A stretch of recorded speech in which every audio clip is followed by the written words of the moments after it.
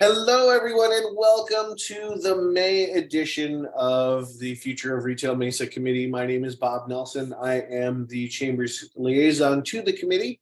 And today we are doing a virtual session with Adele Linton. Adele is the owner of Union Jack Media here in Mesa, photography and video for business. Welcome, Adele. Thank you. And Adele's going to talk today about, well, photography. Imagine that. So Adele, why don't you go ahead and I'll just turn it over to you and go to town. Awesome. Thank you. I appreciate the introduction. All right, let me share my screen. Can you see this? Yes, ma'am. Awesome. Can you see this? I can. All right, cool. As Bob said, I am Adele and I'm the owner of Union Jack Media. I am also an ambassador with the Mesa Chamber, and I also participate in a program with the city of Mesa where I offer my video and photo services to small businesses in Mesa.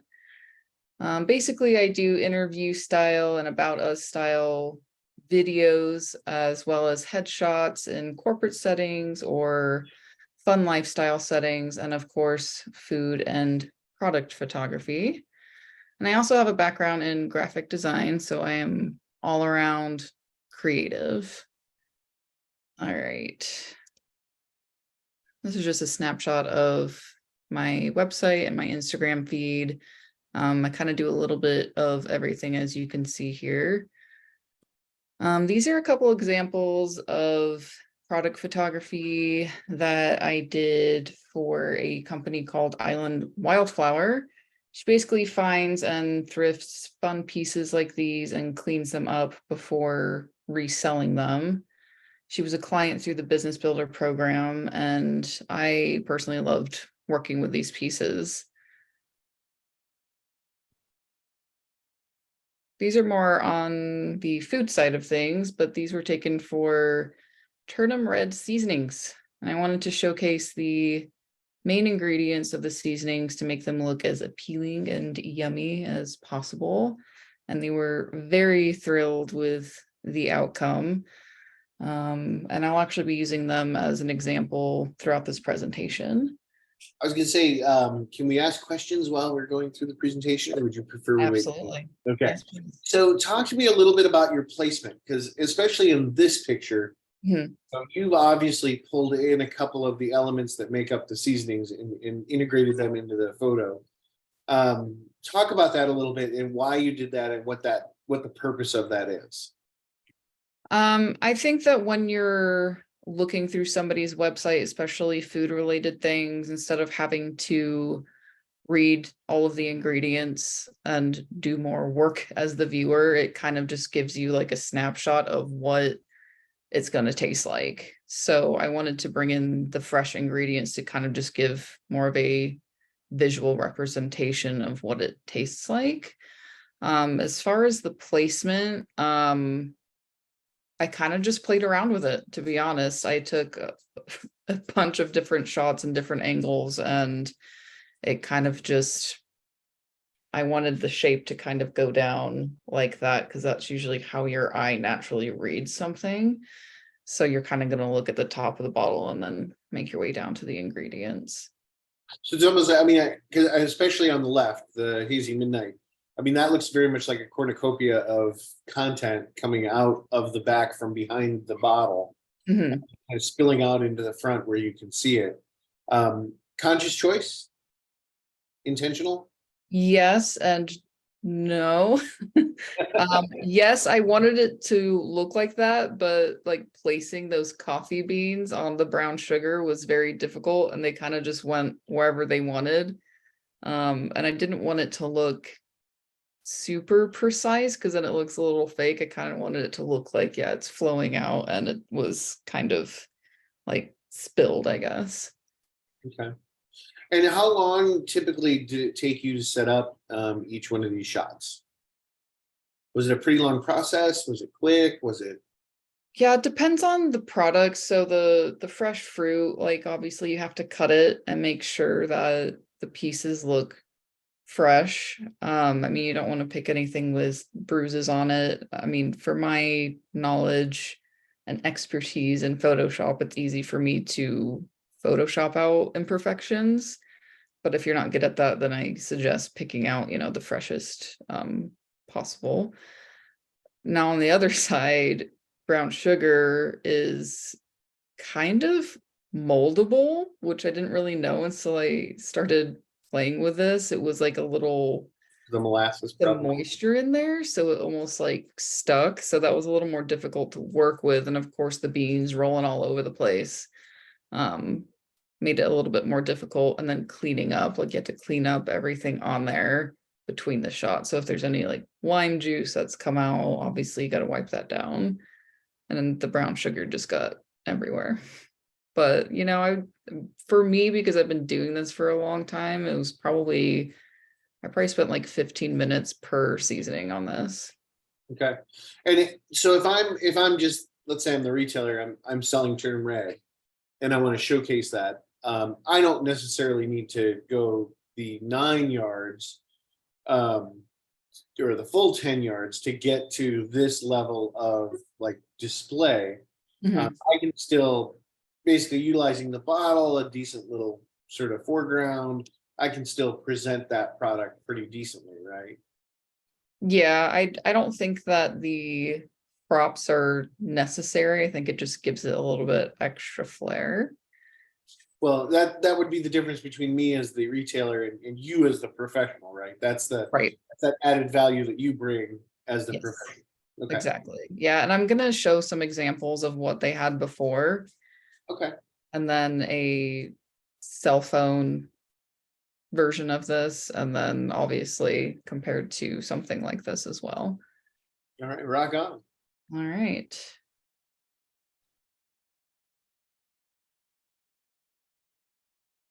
All right, so basically today we're going over how you use your products in your store to drive social media marketing efforts. Obviously, there's the products in your store, if you have a physical store, and you're going to display them in a way that looks nice. I'm not by any means an expert in-person displays. And then there's showcasing your products online, which is what I have a lot more knowledge about. This is basically how they have posted their stuff on their website, which I think cohesively looks great. It is important to make all of your images look consistent. When I cropped these images, I made sure that the subtitle where it says like Tuscan Evening and Western Dawn, that they were in the exact same spot, and making sure that it's, the same gray color in the background as well. Sometimes, especially with cell phones, if there's green colors, it can kind of change the hue to be more cool or warm. So you have to make sure that when you're editing, that all looks consistent. Okay.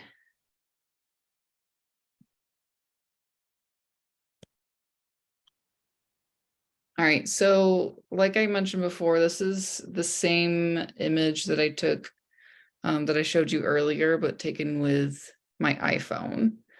So I think this is probably the most basic way that you can take a photo with it looking as professional as possible. I still have the backdrop set up, which I'll show you a picture of, more of a broad photo of what that looks like in a little bit. And in comparison to actually having a real expensive camera. So while they look like the same image, you can see some differences. You can see the bottom of, well, what's supposed to be wood looks more blurred out in the foreground, as well as the apple's a little bit more blurred out. So it gives it a little bit more crispness on the actual seasoning product. Other than that, I feel like it looks pretty similar. Like it's still a very sharp image. It gets the point across, especially when you have something displayed on your website. It's going to be like this big. It's not going to be a full screen of something. So it's not as noticeable. The other thing is, if you do want to get into editing, you can kind of see on the cell phone side, there's like a little red dot on the guy, or a little white dot on the guy's red shirt. So things like that I get to clean up when I take it into Photoshop, but unless you're nitpicky like me, I don't think anybody would see something like that. Which is why you're the professional. Yes. So Yes. if I'm, and obviously this being a seasoning product, so this being a food product really, the picture is it's a lot less. I mean, you have to do a little bit. I'm trying to figure out the right words to ask here because it's not something like, oh, I see that shirt, I like that design. This is like a seasoning product. I can't really taste that product through the screen. But I have the visual cues. So I have the apple and I have is it the jalapeno? Yeah. To kind of show me that there's apple and jalapeno in the seasoning. Which I think was the whole point of the sort of accessories, if you will. Mhm. But I noticed that on the professional side, so on your camera side, you're giving that bottle a little bit of depth, like it's popping out from that background a little bit, Right. center it a little bit. Mhm. Can an iPhone do that, or are you pretty much? I mean, is that kind of the delimiter between the iPhone and a Nikon, whatever? Yeah. You can. I was going to get into that a little bit later, but if you use something like portrait mode on your iPhone, you can get a similar effect. However, it's not exactly precise because it basically predicts what you want to be in focus and then blurs everything else out. So you can have kind of like rigid lines Mm, on where that blur starts, so it can kind of cut out things that you don't want it to cut out. Again, if it's an image that is showing up pretty small on your phone, then that's fine. But if it's, like this, where you can see it large, then, it is always better to do it with a professional camera. But that's kind of why I chose on the cell phone side to not do it in portrait mode, because it's not exactly precise. mm. Okay. Yeah. Okay. So with that, I don't know if my face is covering top of the second image here, but if you open up portrait mode on an iPhone, you'll see that little F in the upper right corner. And when you tap on that, you can use the slider, which you'll see on the second image, to go left and right. So basically, if you make that number smaller, then the background will be more blurred. And if you move it to a larger number, the opposite happens, where the background is less blurred. So that gives you a little bit more control over how blurred out it is. If you do it less blurred, then you'll probably have more control over those rigid lines, but it won't be as, I guess, intense of a blur. Another thing that I think a lot of people know, but I'm surprised at the amount that don't.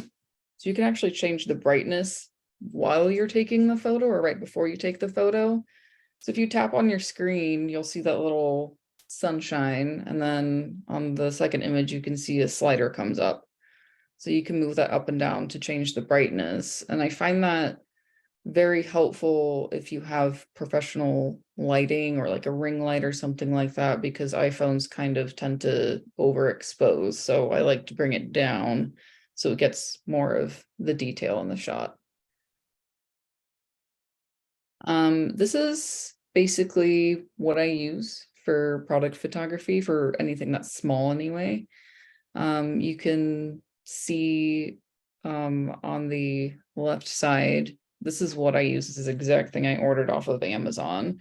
And these are all double-sided. So it was like $45 and it comes with a stand and it's portable. You can take it wherever. And what I love about it is you can spill things on it. You can just wipe it right off. So it's fantastic. The only thing is with the black background, you can scratch it. So you have to be a little bit careful with some of these.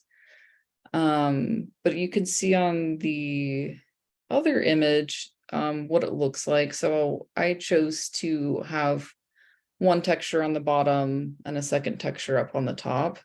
It also is kind of leaning. because I wanted the light to have that kind of dramatic shadow looking thing or reflection on the back going diagonally.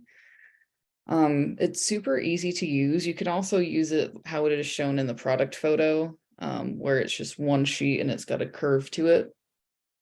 I would only suggest using it like that if you're going to use portrait mode, and you can kind of blur out so you can't really see where that line is.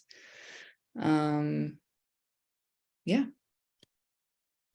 What do we have next? Okay, yes, I was gonna share this image is what they had before they met me. So as a photographer, I notice little things, and some people might be like, oh, that's great. I'm like, there's some things wrong with this. So if you look at the bottles individually, especially the bottom three, you can tell that they're taken at different angles because they're kind of given a different shape where they're bowed in and out. And the caps kind of look like they're all different colors, even though they're the exact same shade of white in real life. So some of them look kind of gray, some of them look yellow, some of them look bright white. So that happened because they didn't use consistent settings. So it's not in the exact same place. They're not using the exact same lighting. Some of them actually look out of focus. That can be during the picture. It could be saving your images the wrong way in a low quality format and taking a screenshot and then taking another screenshot of your screenshot can kind of dilute that. And obviously this, you've seen this picture already, but just wanted to show the little bit of a glow up here. So if you're, again, I'm the shop owner and, I'm going to do an afternoon shoot.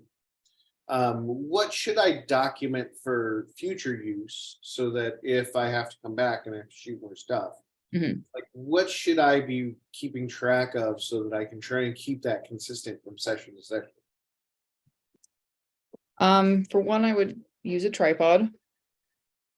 If you wanted to get lights, well, I suggest using lights no matter what. Some people can get away with using like natural light coming in from your windows, but then you have, difficulties with casting shadows on it. But if you get a light, like a ring light, those usually come with a tripod that you can snap your phone to.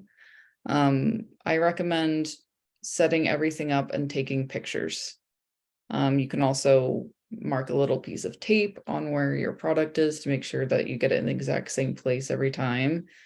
And something I like to do is if I were to take more pictures for this company, I'd want them to look the same in the future. So I would basically just have that photo pulled up and compare it to the back of my camera or my phone and make sure that it looks like it's the exact same height. You can also mark your tripod with tape to make sure that is at the same spot, and make sure that your lights are, angled at the same place, which is why I suggest taking a picture of your whole setup. And same time of day as well. If you have natural light coming in from your store because you took it during the day, and then the next time you take it after the sun's gone down, it might not look consistent. Cool.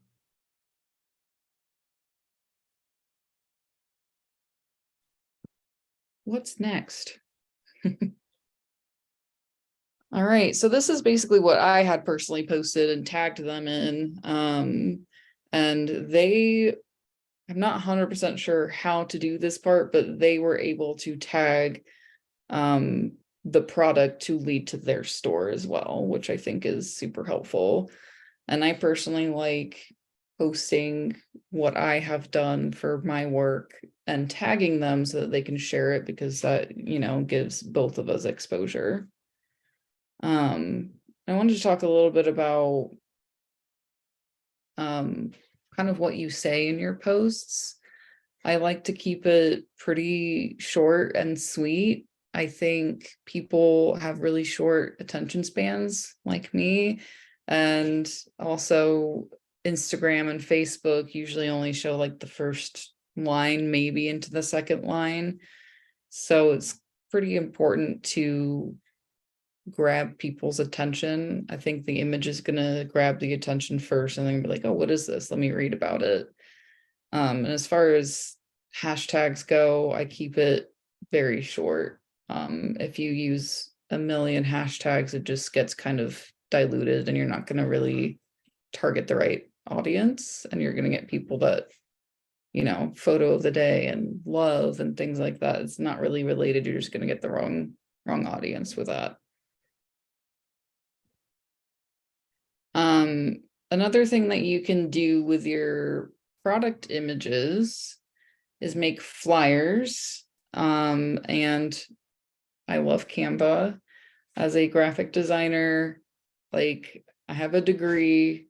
I have been working with different companies for 10 years. So I have a lot of experience with Photoshop and InDesign and all of that. So I always recommend Canva to people who are not really wanting to train in, like, you know, the big programs. And Canva's free. I'm not affiliated with them, I promise. I just love them. And I use them for some stuff, more of like personal things and like for my band and things like that. And I love them because they have just thousands of templates that you can pick from, and you can customize it based on what you want. Like if you want something specific, like an Instagram post, a story, an ad, it'll have the sizes just for that and all the templates. The only thing to be cautious about here is this is free for people to use, which means a lot of people are going to be using it. So try to avoid using these templates without making your own customization to it. So even if you picked this very first one, you can change the font, you can change the colors, you can swap out that flower image for your product image, things like that, just to make you stand out a little bit more and not be the same as everyone else. But I love this. And if you want the same image to be resized all across the board, they do that as well.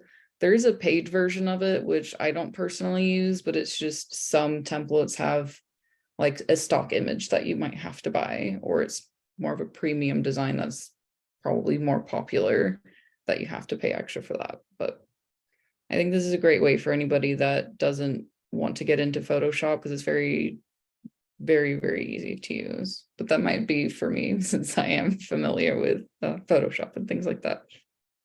And other than that, play around, just be creative and have fun. If you have questions, I would be more than happy to help you out and give you any tips that you might be looking for. And if it's too much for you, I of course will just take over the project for you. Of course. So talk to us a little bit about too many images. So how can, because everybody talks about how the web is so visual now. It's image, image, image, image, image. But is there a point where maybe you saturate your viewer and they become desensitized to the images? Should you be a little more selective in the images that you present? Good question. I've learned from a lot of social media experts that it's good to follow the 80-20 rule of 80% of the time. Well, there's actually two of them. So 80% of the time, for one, if it is a business page, 80% of that should be business related things, and 20% of it can be more personal things, like come get ready with me this morning, which doesn't really have anything to do with your business, but it shows that you're a human being. And then the second rule of the 80-20 is 80% of that should just be authentic you, what you do, and 20% of that is trying to make a sale, basically. So you don't want to be like hounding people with buy my stuff, buy my stuff, buy my stuff. It's just, I'm here, I'm good at what I do. As far as like repetitive, it's a little bit difficult to answer, because for me, portfolio is just so broad. Like if you go onto my Instagram, you'll see, couples and a portrait, and then you'll see food, and then you'll see products, and then you'll see a video. So I'm very versatile. I wouldn't suggest using the same image over and over again. If you're limited on images, at least use a fun design with it, or a different type of animation or something like that. Or go back to Canva and put in a different template or Yeah. that. Which is great about Canva. You can actually make your design, you can animate the whole thing. So, and it'll just automate it for you. So things will just kind of swipe in, which makes it a little bit more visual for people. Cool. So what, for, again, me, the humble shop owner, what's the best way to get started? Like I walk in the morning, I pull up my phone, I look at all the stuff I've got around the store, and I'm like, okay, where do I start? Do I need to jump over to Amazon and pick up some stuff, or can I, should I just maybe take some shots of some things as they're out, or kind of what's your thought on that? I think the more professional you can make your products look, the more people think you take your business seriously. I think it's an option to just dive right in without buying anything. However, I think there's some really affordable things you can get just off Amazon. Like I said, like a ring light, I think you can get for $15-20 that comes with a tripod on it. And that backdrop kit is $40 for a lot of options. There's ones that are much cheaper than that. And that's compared to, a $2,000-3,000 camera. So for me, that's very inexpensive compared to getting the really professional stuff. And you can get obviously bigger. There's some products you can get that are like light boxes if you want just like a plain white background, especially for if you're listing on Amazon, Walmart, things like that, that you just need it to be crisp and white. But I have to suggest, yes, I think buying at least a backdrop, unless you have a very like a curtain or a plain wall or like a rustic table or something like that to use in your shop, then I would suggest getting the backdrops. Is there a strategy difference in how you would present a product on your website, say, versus, let's say, you resell on Amazon? I mean, are we looking at a difference strategically in terms of how the product is displayed, or is it pretty universal? I think there's room for more creativity on your website. I think that's where your branding and your personality comes out versus Amazon. I think most people expect to see those plain white backdrops. If you were like a clothing brand, it would probably be most effective to actually have it on a model versus like a mannequin or just laying out the shirt on a backdrop. Especially if it's anything that you wear, jewelry or something like that. Like people are gonna be like, oh, she looks good in that, I'm gonna look good in that. But other products, if it's something like seasoning, you want to imagine that on your kitchen counter or in your cupboard. So it's important to simulate that space to help people visualize owning it. Cool. Well, Adele, thank you so much for joining us today. There is a lot for people to chew on, Yes. unintended, in this presentation. And obviously people can get a hold of you at the places you've posted right here on the presentation. So anything else before we wrap that up? I think just have fun and don't put too much pressure on yourself. Cool. Yeah. All right. Well, thank you. I'm going to go ahead and stop the recording, and we'll move right along. Okay, thank you.